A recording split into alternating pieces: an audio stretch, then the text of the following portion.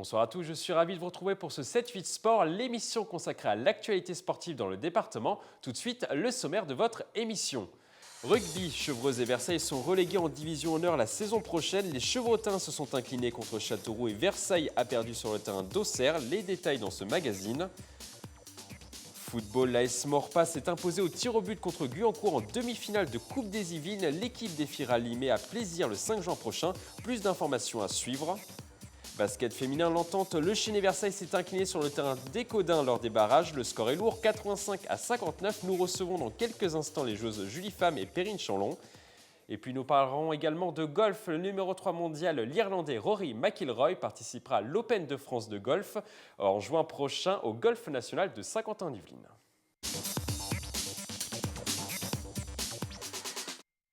On commence ce magazine par du rugby en Fédéral 3. Chevreuse termine le championnat à la dernière place du classement après sa défaite contre Châteauroux sur le score de 20-13. Les Chevrotins évolueront donc dans le championnat honneur la saison prochaine. Camille Lambert pour les images. C'était un match à qui tout double. Les Chevrotins, derniers du classement de Fédéral 3 avant la rencontre, devaient battre le deuxième Châteauroux pour se maintenir dans la division. Après un combat de 80 minutes, les Rouges et Bleus yvelinois n'ont pas réussi à créer l'exploit sur leur pelouse. Score final 20-13. Manque de discipline, beaucoup de pénalités contre nous, et puis un peu un manque de créativité. On a mal exploité nos ballons. C'est une accumulation de pas mal de choses. On n'arrive pas à mettre de la vitesse comme on devrait la mettre. Je sais pas, c'est compliqué. Aujourd'hui, on était dernier. Ils sont deuxièmes. Donc forcément, il y a un écart de niveau. On n'a pas réussi à pallier cet écart et on échoue à pas grand-chose finalement. Avec cette défaite, Chevreuse termine dernier du classement de la poule 3 avec un bilan de 5 victoires et 13 défaites cette saison. L'équipe évoluera en honneur lors de l'exercice 2016-2017. Je pense pas que c'était trop dur, je pense qu'on était au niveau. Il nous a manqué peut-être un peu d'effectifs pour faire tourner les joueurs fatigués, etc. Et puis une gestion dans les fins de match, ça aurait pu être différent. Après, voilà, avec des si. Saison difficile, on était en sous-effectif toute la saison, c'est très compliqué de réussir à se maintenir à ce niveau-là. Donc une grande déception sur la saison complète, et après ça, va falloir reconstruire quelque chose l'année prochaine. Le club a déjà annoncé les objectifs pour la saison prochaine. Chevreuse visera dans un premier temps le maintien en honneur avant de penser à la montée. Après Chevreuse, on continue notre tour d'horizon sur cette fin de saison de Fédéral 3. Dans la poule 2, Versailles n'a pas réussi l'exploit de battre Auxerre à l'extérieur. Les Versailles se sont inclinés 46-22. Cette défaite condamne les joueurs de la Cité Royale à la division honneur l'année prochaine. Pour nous parler de la saison du club, nous recevons sur ce plateau le président Olivier Néreneuf et également le directeur technique du RCV, Nicolas Loubard. Alors, président, est-ce que c'était une descente inéluctable, finalement, quand on voit les derniers résultats? Alors, en fait, tout s'est joué à Pont-à-Mousson il y a à peu près 3 semaines. Et si on n'avait pas perdu d'un point et avec une pénalité manquée face au poteau à 35 mètres à la dernière action, l'histoire aurait été peut-être différente. Mais hier, aller jouer à Auxerre, une semaine des playoffs, Auxerre termine premier des 16 poules de la Fédérale 3. Avec 16 victoires sur 18 matchs et un goal average pratiquement de 500 points positifs. C'était très compliqué. Donc en fait, on a tenu une mi-temps 12-3. À la mi-temps, c'était déjà un exploit. Malheureusement, on a eu en 5 minutes toute la troisième ligne blessée. Et on a fini le match avec difficulté, mais on a eu un barreau d'honneur formidable dans les 10 dernières minutes. On a marqué 3 essais. Ils n'avaient pas l'habitude de prendre des essais comme ça. Donc finalement, on savait que ça serait compliqué. On y allait en disant qu'on pouvait le faire. Mais bon, l'histoire s'est faite avant. Nicolas Loubard, oui. Cette équipe d'Auxerre n'était pas prenable du tout. Non, réellement, parce qu'en fait, c'était une équipe très puissante. Ils ont des joueurs étrangers qui ont joué à des niveaux beaucoup plus élevés que la Fédérale 3. Donc, ils ont cette puissance, en fait, et d'ailleurs, c'est leur façon de jouer, c'est leur marque de jeu, de jouer principalement chez les avants avec des touches et des mauls.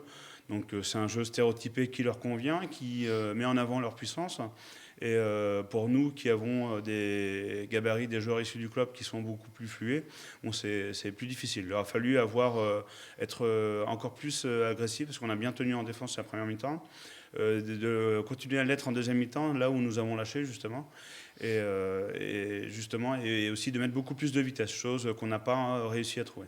Olivier Néreneuf le disait à l'instant, cette équipe finalement d'Auxerre, c'est quasiment une équipe de Fédéral 2 au final.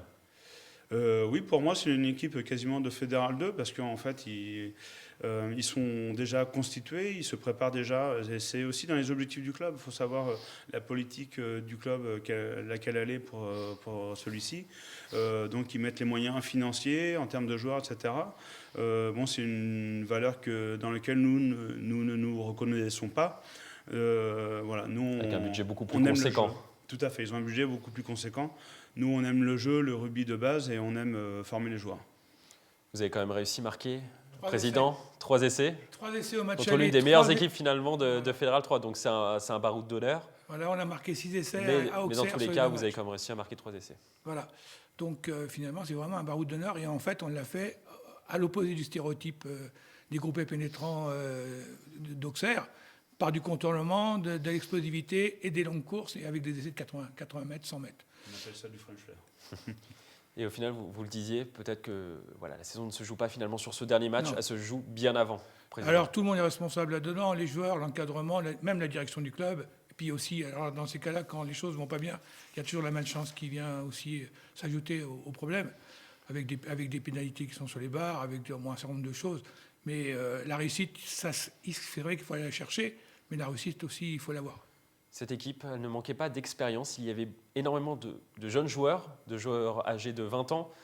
Le problème ne vient pas de là, justement, de ce manque d'expérience dans les matchs clés pour se maintenir. Oui, peut-être, mais aussi on avait quand même perdu un certain nombre de joueurs l'année dernière qui sont plutôt des trentenaires, et c'est des gens qui sont partis ailleurs pour d'autres projets. Donc on a 2 joueurs qui ont entraîné Mantes-Limay, qui est devenu champion d'Île-de-France en promotion d'honneur, et qui vont être en honneur l'année prochaine, et qu'on risque de retrouver en concurrent le dimanche.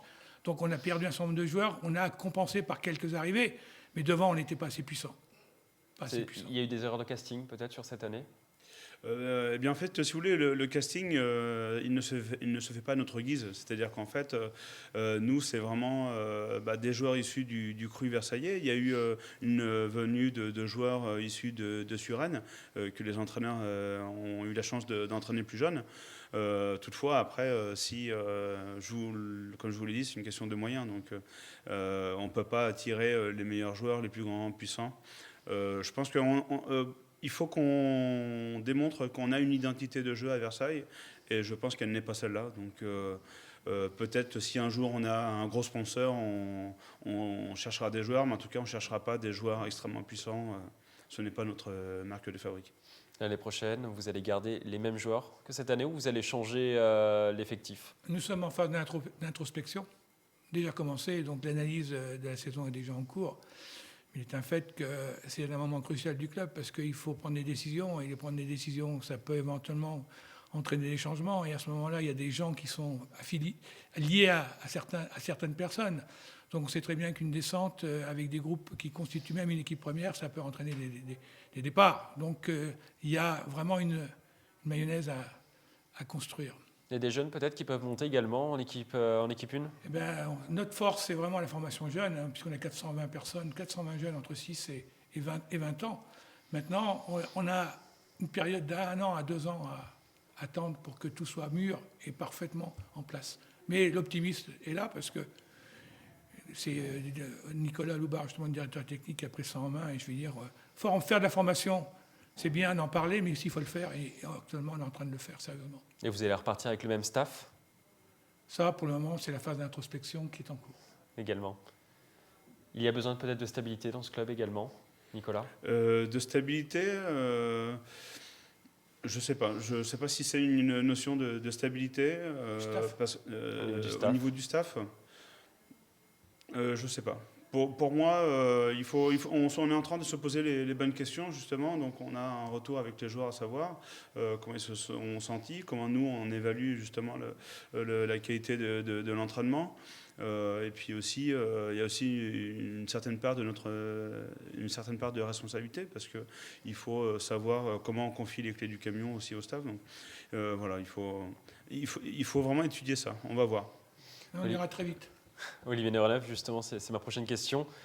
Il faudra s'habituer à voir Versailles en honneur, ou dès l'année prochaine, vous voulez remonter au niveau fédéral? De toute façon, vu notre ancienneté, parce que Bon, j'ai vraiment une expérience très lointaine puisque je viens de l'autre siècle et que j'ai fait des montées et des descentes en tant que joueur, en tant que dirigeant, et maintenant en tant que président, c'est la première. Donc de toute façon, on est condamné à revenir le plus vite possible en fédéral. Alors après, on verra. Merci à tous les deux d'être passés sur ce plateau. On vous souhaite bon courage pour la saison prochaine. On vous souhaite évidemment de remonter au niveau fédéral le plus rapidement possible. Merci à vous. Alors on passe maintenant aux résultats de Plaisir dans cette poule 1 de Fédéral 3. Plaisir n'a fait qu'une bouchée de Maison Lafitte ce week-end. Les Plaisirois se sont imposés 33-0 dans ce derby yvelinois. Les hommes coachés par Jean Miss terminent donc les phases de poule à la 2e place du classement derrière Ressorangis avec un bilan de 16 victoires et 2 défaites. Après le rugby, on passe à notre rubrique football.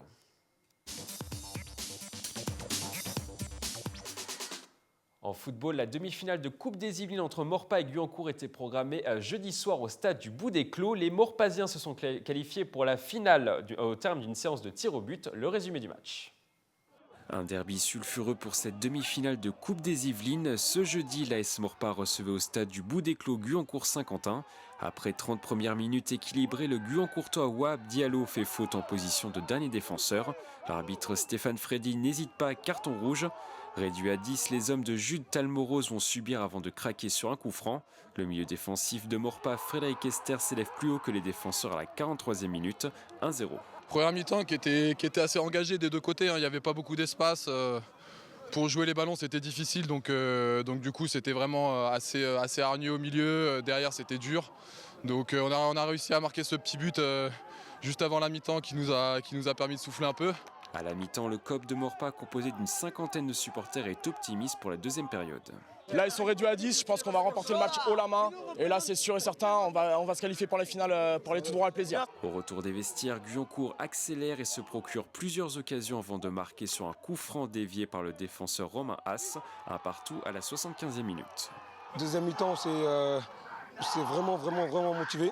On a fait une deuxième mi-temps extraordinaire. On a marqué un but. On a clairement baissé le pied, on n'avait plus le ballon et voilà, on prend ce but qui nous fait mal, mais voilà, il fallait tenir quand même jusqu'à la fin du match pour aller chercher ces pénaltys. Dans la loterie des tirs au but, Maurepas s'impose 4-1 avec un arrêt du gardien Antoine Baptiste. On a eu un grand gardien ce soir aussi, je tiens à le féliciter, Antoine, qui nous a quand même fait gagner le match sur la fin. On les a très mal tirés, très mal tirés. Stress, l'envie de gagner, l'envie de bien faire. Et parfois, il faut je sais pas, j'ai pas de mots, je suis déçu un peu. On va essayer de surmonter ça, mais ça va être compliqué. En finale de la Coupe des Yvelines, Maurepas affrontera Limay, une équipe qui a balayé Trappes 2-0 en demi. La rencontre pour le titre se jouera le dimanche 5 juin à Plaisir.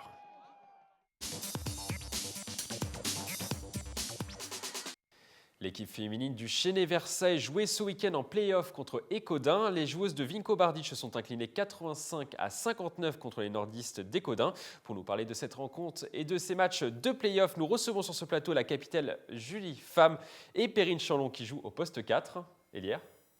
Non, intérieur. Bonsoir. Alors, qu'est-ce qui n'a pas fonctionné sur cette rencontre ?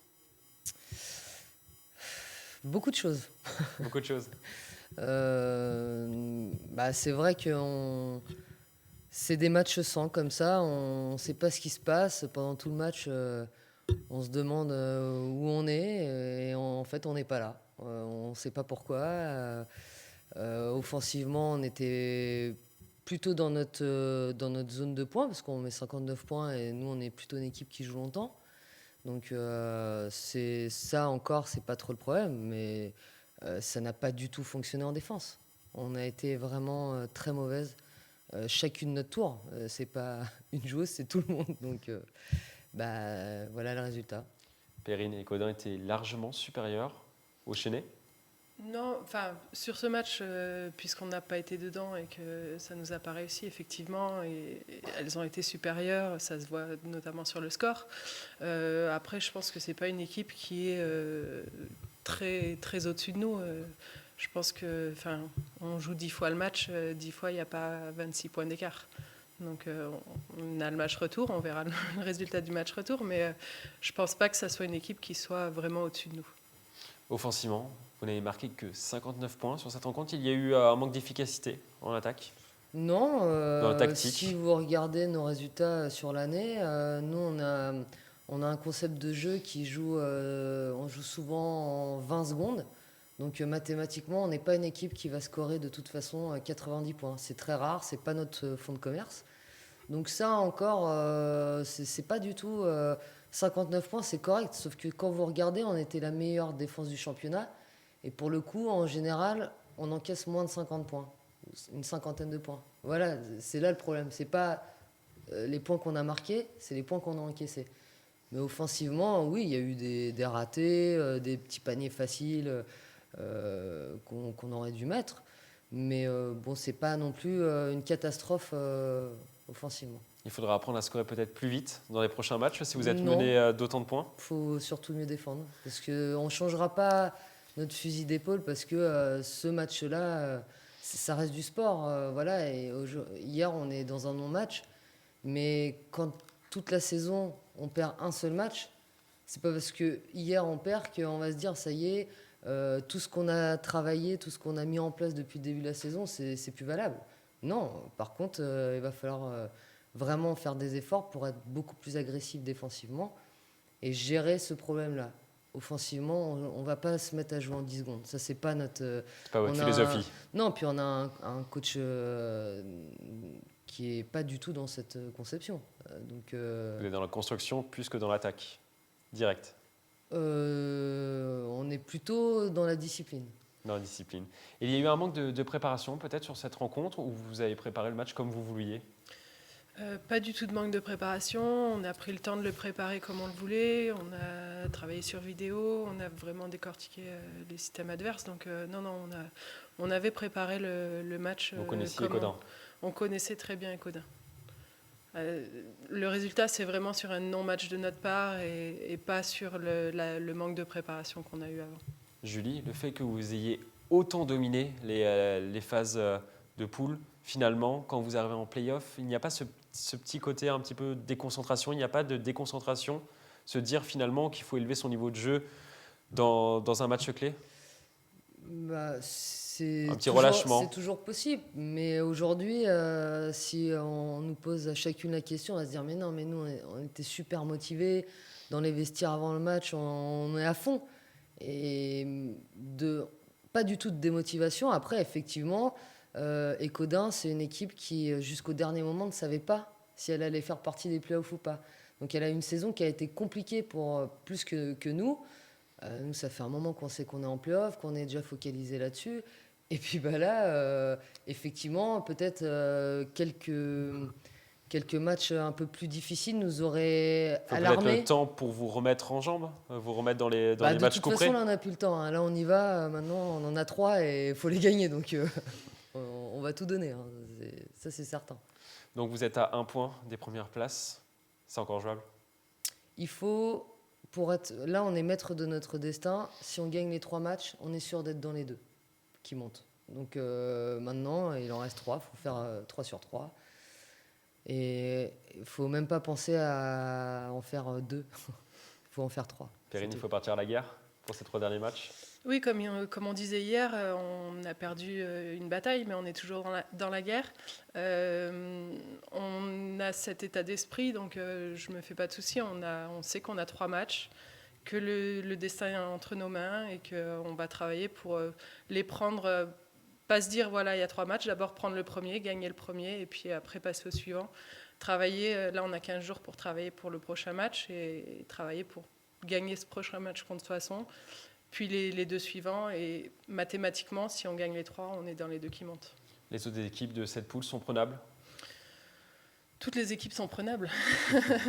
Toutes dangereuses. Voilà. On arrive à un stade de la compétition, on est en play-off, donc toutes les équipes sont dangereuses, toutes les équipes se battent pour la montée. Il n'y a aucune équipe qui est là par hasard, donc chaque match sera difficile à jouer. Ce match contre Soissons, le 8 mai prochain, à domicile, ce sera peut-être le tournant de ce mini-championnat? C'est sûr que si on perd, ça devient compliqué. Ça devient très compliqué. On ne veut même pas l'envisager. Maintenant, c'est vraiment... pour nous, ce qui est très important, là, c'est de se dire... le championnat, il est terminé. C'est un nouveau championnat. C'est complètement autre chose. Et il faut oublier tout ce qu'on a fait, dominer la saison régulière, ça, c'est du passé. Et on pensait tous on s'était mis ça dans la tête. Visiblement, hier, on a eu un petit revers. Donc maintenant, le 8 mai, c'est sûr qu'il faut être à 200%. Si on perd, mais que les joueuses, on a donné le maximum et que on aura perdu. Mais hier, ce qui est plus décevant de notre part, c'est que on a eu cette sensation de pas être présente, on n'était pas là. Donc ça, c'est embêtant. Et ça, on n'a plus le droit de le faire. Si on perd, c'est avec la manière. Hier, on perd sans la manière. Merci à toutes les deux d'être passées sur ce plateau. On vous souhaite de réaliser un gros match contre Soissons le 8 mai prochain. On continue de parler de basket dans cette émission. C'était une première dans les Yvelines. Les championnats de France de basket militaire étaient organisés au gymnase Malmedon de Maurepas. Les matchs ont opposé les équipes de l'armée de terre, de l'air, de la marine et de la gendarmerie. Au total, une centaine de militaires est venue pour l'événement. Un montage de Sandrine Fonteille. Pendant 3 jours, les militaires ont troqué leur uniforme contre un maillot de basket à l'occasion des championnats de France militaires. La deuxième édition était organisée cette année au gymnase Malmedon de Maurepas. Les matchs ont opposé les équipes de l'armée de terre, de l'air, la marine et la gendarmerie. C'est les meilleurs joueurs des sélections de la gendarmerie, de la marine nationale, de l'armée de l'air et de l'armée de terre qui sont sélectionnés. On fait des stages pour les détecter et après on les sélectionne pour venir participer au championnat de France militaire. Panier à 3 points, rebond, dunk, une centaine de joueurs venus de toute la France ont fait le show pendant ces 3 jours de compétition. C'est un tournoi qui me tient beaucoup à cœur parce que ça me permet non seulement de profiter de jouer au basket dans le cadre du travail, c'est génial, et en plus de pouvoir échanger avec toutes les autres équipes où je connais évidemment la plupart des basketteurs. Et à chaque fois, c'est un vrai plaisir de retrouver tous mes camarades. On m'a contacté et j'ai saisi l'occasion. Je pense que j'en aurais pas 50 occasions comme ça de partager ces moments. L'année dernière, moi, j'y étais pas. Je suis nouvelle cette année. Et oui, c'est très sympa. L'ambiance est vraiment sympa et la mentalité très sympa aussi. L'équipe de la marine a remporté la finale contre l'armée de l'air sur le score de 62-55. Les meilleurs joueurs du tournoi seront sélectionnés par le staff de l'équipe de France militaire pour participer au championnat du monde de la catégorie. La compétition sera organisée au mois de juillet à San Diego, aux États-Unis. Après cette large page basket, on passe au reste de l'actualité sportive yvelinoise.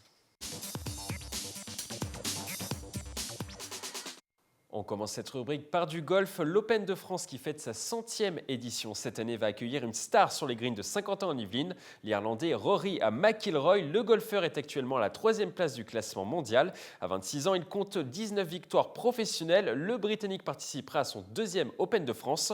En 2010, le sportif avait failli remporter la mise, mais c'est finalement Miguel Andrés Jiménez qui avait raflé la victoire. L'Open de France sera organisé du 30 juin au 3 juillet. On reste au golf national de Saint-Quentin en Yvelines, le parcours de l'Albatros, l'un des plus techniques de France et qui accueillera les joueurs pendant l'Open de France de golf, rouvre ses portes aux golfeurs ce week-end après 9 mois de travaux. Les trous numéros 16 et 11 ont été remodelés pour accueillir les grandes compétitions nationales et internationales comme la Ryder Cup 2018. On écoute le superintendant du parcours, Alejandro Reyes. Pour être honnête, je trouve que pour les joueurs amateurs, ça va être plus simple. Vraiment, on va s'amuser, ça va être plus amusant. On a fait des approches que ça va être moins compliqué pour les joueurs amateurs. Mais par contre, pour les joueurs professionnels, il y a pas mal d'obstacles qui vont faire la tâche difficile en 2018 pour l'Open de France. Un mot d'escalade à présent. Vertical Art, situé dans la zone d'activité du Pas du Lac à Montigny-Bretonneux, a organisé une compétition ce samedi dans la structure pour présenter ses nouveaux murs. Une centaine de personnes a participé à cet événement baptisé Vertical Attack. On écoute les réactions. Notre journaliste Camille Lambert était sur place. Le niveau, ça va du débutant, sur des personnes qu'on n'a même jamais faites, qui se sont inscrits comme ça pour s'amuser entre amis, jusqu'à des membres de l'équipe de France. Donc là, on a vraiment un gros panel, comme quoi c'est un sport et une salle qui est ouverte vraiment à tout public. Ça propose aux gens un contest où on essaye d'optimiser toutes les faces et de leur proposer les passages les plus beaux possibles, quoi, pour qu'ils se fassent plaisir. Encore une fois, c'est le plus important. Le 18 juin, Vertical Art organisera un événement qui devrait rassembler plus de 300 compétiteurs. En handball, le Chesnay s'enfonce encore un peu plus dans la crise. Les Yvinois se sont inclinés d'un petit but contre Chartres 34-33 à domicile. Avec cette défaite, le Chesnay est toujours bon dernier du classement avec un bilan de 2 victoires, 2 nuls et 15 défaites depuis le début de la saison. La descente en National 3 devient de plus en plus concrète. On termine ce magazine par un rendez-vous en baseball. Les Cougars de Montigny-le-Bretonneux reçoivent Saint-Just ce dimanche à partir de 11h au stade Jean-Maréchal de Montigny-le-Bretonneux. Les Îles-Montins restent sur un bilan de 3 victoires et 1 défaite depuis le début de la saison, un parcours qui les place aux premières places de cette deuxième division. La montée, l'objectif fixé en début de saison, est en bonne voie. C'est la fin de ce 7-8 Sport. Merci d'avoir suivi. Je vous retrouve lundi prochain pour un nouveau magazine. N'oubliez pas de regarder les reportages sur YouTube, mais également sur notre site internet. Très belle soirée sur TVFil 78.